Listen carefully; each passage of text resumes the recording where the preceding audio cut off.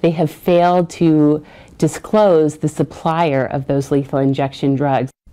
Reaction to the state announcing today its death penalty drugs. Good evening, everyone, and thank you for joining us. The Department of Corrections took one more step toward carrying out executions. That's right. They announced which lethal injection drugs they plan to use. Channel 8 Eyewitness News reporter Joe Harris looked into it for us and has more in tonight's top story. Joe?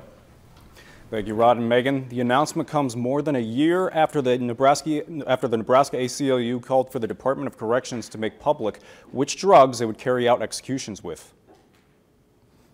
It's a concoction of 4 chemicals that Corrections says it has on hand. The Nebraska ACLU says that's not enough.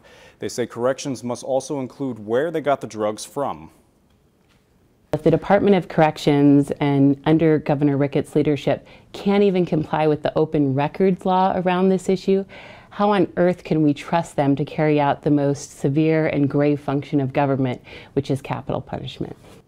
The ACLU says they already have a case pending against the state, ensuring they have to disclose where they got the drugs from. We should mention no one with the Attorney General's office or the Department of Corrections wanted to do an interview on this. The Attorney General decides when and who they will execute. Corrections did notify death row inmate Carrie Dean Moore about the lethal injection drugs. We'll have some more on the story tonight at 10.